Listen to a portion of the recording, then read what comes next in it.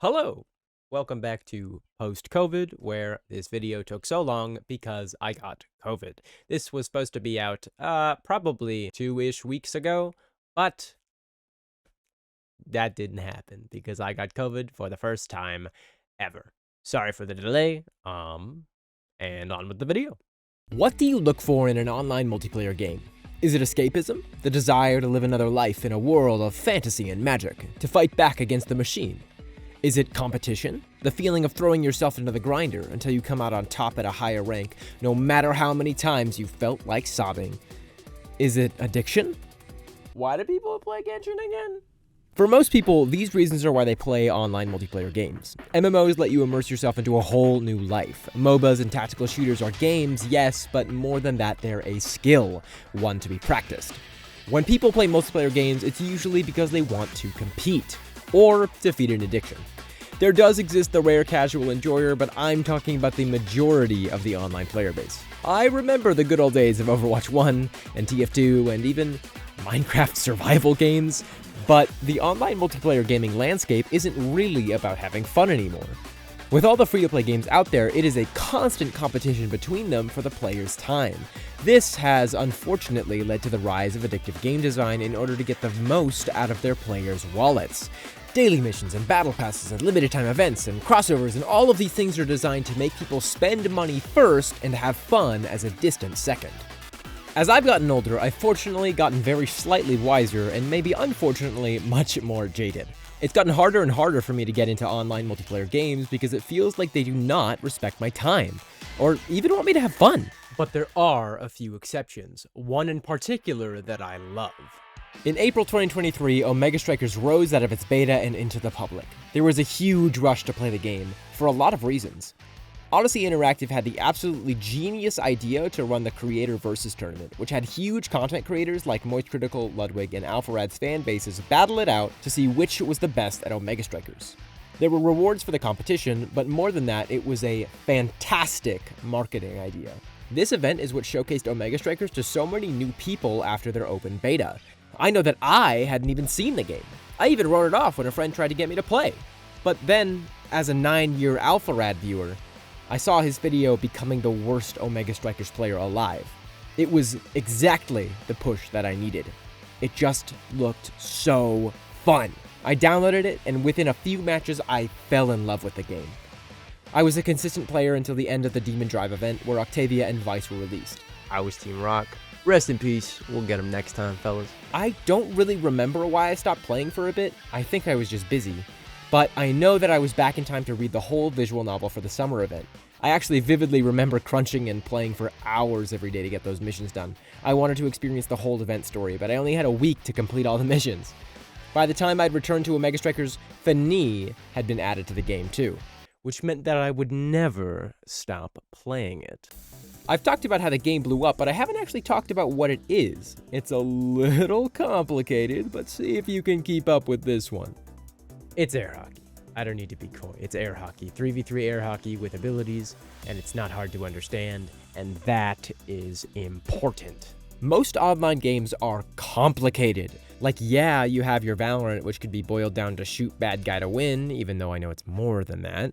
But you also have League of Legends, which is so horrendously complicated that I'm not going to bother to explain it, because it can't be done. Not in less than a few hours if you expect to actually understand what the fuck you're looking at. They don't even have a good tutorial. They don't even have an average tutorial. It teaches you how to play the game wrong. What the fuck, Riot? But Omega Strikers can be explained as team air hockey, and immediately you understand what I'm saying. That makes it accessible to anyone, even though it still has a level of skill involved that makes it fun to play for people who are more competitively minded. I'm honestly not very good at Omega Strikers, but I love playing it. That's the difference between Omega Strikers and other online games. Omega Strikers is designed for the player to have fun. Listen, online multiplayer versus games are a balancing nightmare, and I'm not going to get into the fine print of that because I am completely unqualified to weigh in on that subject. Omega Strikers is designed for the player to have fun first, and every other aspect is low priority. At the end of the day, I am having fun with my friends playing air hockey. I'll do a very short summarization of the options that everyone has in game, just to get everyone on the same page. Every character has access to the basic strike used to hit the core, and the evasion/core flip, which gives you temporary invulnerability and stops the core in its tracks, allowing you to hit it at full power. Every character has a primary, a secondary, and a special. Abilities can be anything from a punch to a dash to a projectile. Specials can be very unique. Now has a targeted teleport, Mako has triangle jail, Luna has a nuke, Finny has her gravity well, Juliet punches people a lot, etc, etc. Some of the characters even have passives, like Zentaro and Mako. All of the characters feel distinct to play, and they only get crazier with Awakenings. At the beginning of a competitive or normal match, every player gets to pick between the same 2 Awakenings. At the end of each round, players will get to draft an Awakening of their choice based on how well they performed. They can be anything from Hot Shot, making you hit the core harder, to Monumentalist, making your creations twice as large, to Among Titans, making the player who picked it smaller and faster while making their teammates larger. Awakenings add a real sense of differing power levels for every striker. As a Finny main, I prioritize Awakenings like Deadeye and Missile Propulsion to make my cards bully people even harder than they normally do. Awakenings also have the effect of making some characters much stronger late game than others, but to get the Awakenings they want, they'll have to play well enough to be able to draft them in the first place. Awakenings add a huge amount of variety to every match, and they keep the game feeling really fresh. In Quick Play, everyone is automatically given the same 3 to 5 Awakenings, and they never get any more. This means that some characters will immediately be a lot stronger than others. If Deadeye, Missile Propulsion, and Aerials are the Awakenings, ranged characters will very clearly be much stronger. I personally feel that this adds a lot of variety to quick play games, but not necessarily in the way I'd like. It feels a little too unbalanced sometimes, but it's still really fun. This is one of the reasons that I like normal and competitive matches more than quick play, but I could see how someone feels the opposite. Quick play games are first to 5 points total rather than first to 3 rounds, with each round being first to 3 points. This does mean that norms and cont can get a little long in very close games, but I personally think that just adds to the excitement for me. Just the other day, I lost a cont game by only 1 point, but it was such a fun match. Omega Strikers has this feeling of underlying tension in a close game that I just love. The simultaneous rush of relief and pride I feel when my team just barely scrapes out a victory is incredible. Just look at some of these clips. Got him! Yes! Or whatever. Fuck.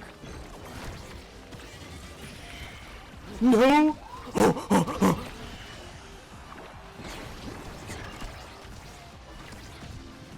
Yes! Yes!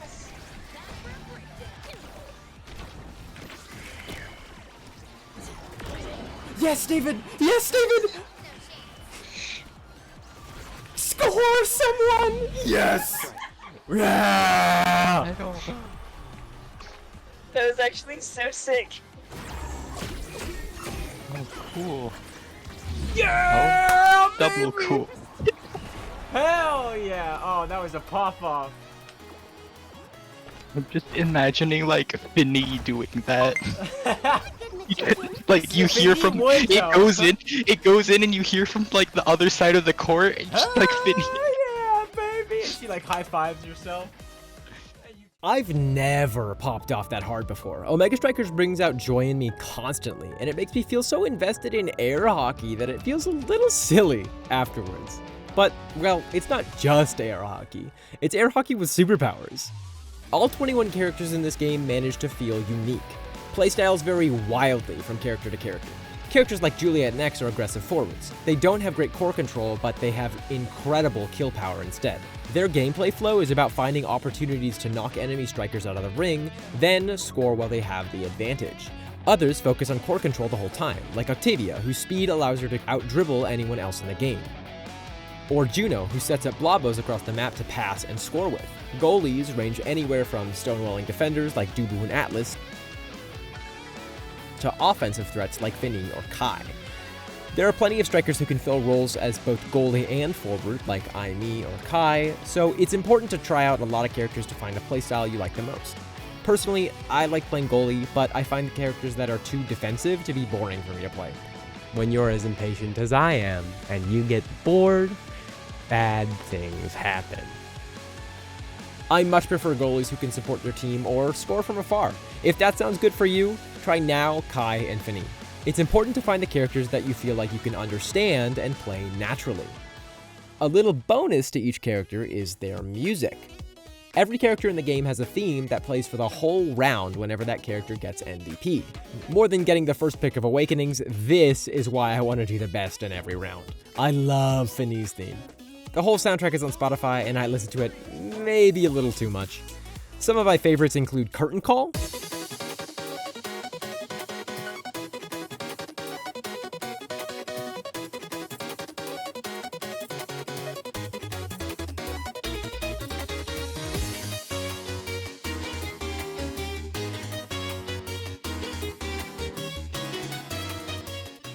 Ice Cream Odyssey,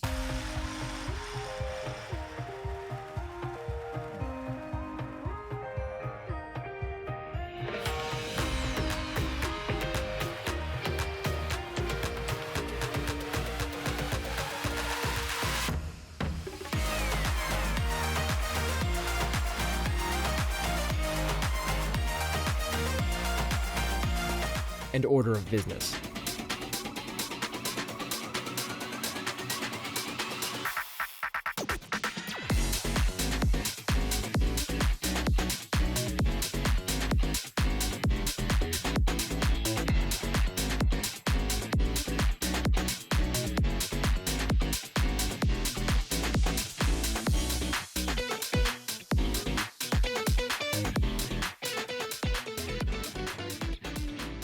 I love Omega Strikers like I've never loved any other game before, but that isn't to say that there aren't any problems or glitches every once in a while.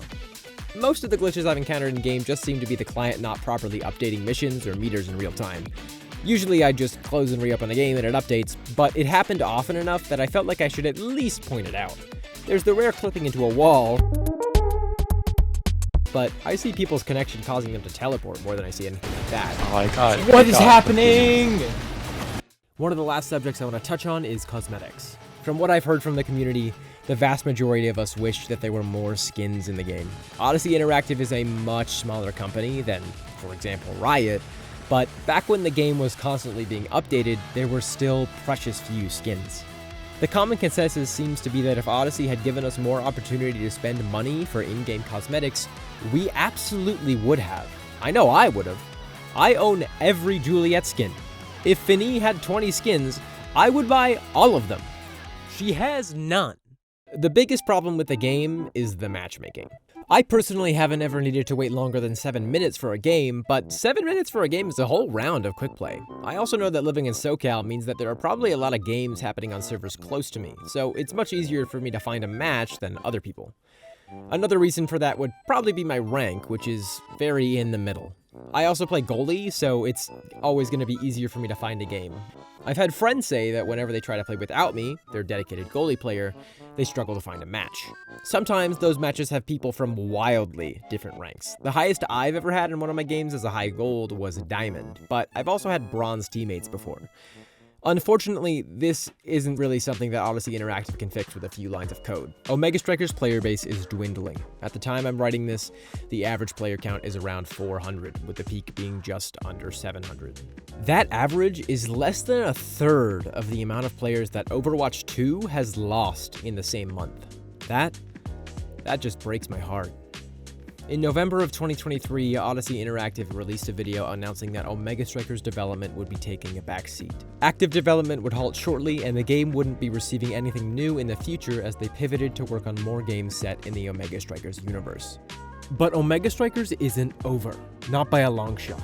Odyssey Interactive said that at the end of 2023, new content wouldn't be added to Omega Strikers. But the servers? They're still online. It's been over 6 months since their team moved away from this game, and Odyssey knows that we're still here. They know that people love their game. They know we want to play it. This team had their passion project see the light of day and not make enough money to be able to justify keeping their team actively working on it. Odyssey made a really tough decision to halt their development on Omega Strikers, and that's okay. I'd far rather have them work on a new game and have them come back stronger than ever than have them slowly bleed out trying to keep Omega Strikers in its prime. I have immense respect for Odyssey Interactive, and I feel that they respect their community too. So I was going to talk about the online community of Omega Strikers, but I figured instead I'd do the in-person.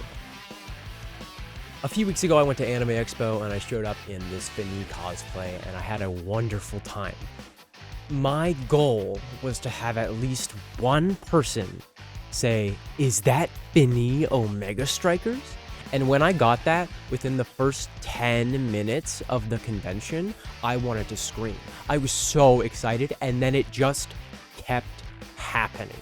I took pictures with almost everyone who recognized me, or they just took a picture of me, and I would post them, but I forgot to ask permission every single time. I was having a good time at Anime Expo. I was not worrying about my video. So, you're gonna have to take my word for it, but I felt like a celebrity. I was so appreciated, it felt like, and I had people come up to me and they say, "I love Omega Strikers. I'm a pro player. I used to play that game all the time," and I'd say, "Why'd you stop?" And it was so wonderful. I felt so appreciated by the community, and I just want to thank all of you who were there and say that in the future I'd love to see you guys again. I love this community. Thanks so much. You made me feel like a celebrity. You made me feel like I was Finny Omega Strikers, and that's exactly what I want. I love Omega Strikers. If anything in this video, anything at all looked fun, then go play it, grab some friends, and go strike. Hey everyone who made it to the end of the video, thanks so much for watching. This game is awesome, I love Omega Strikers, and the lore of it is incredible, but it didn't really feel like it fit into the video. My favorite character is obviously Finny, but I'm curious as to who everyone else's favorites are, so comment below if you want, and let's chat. See ya!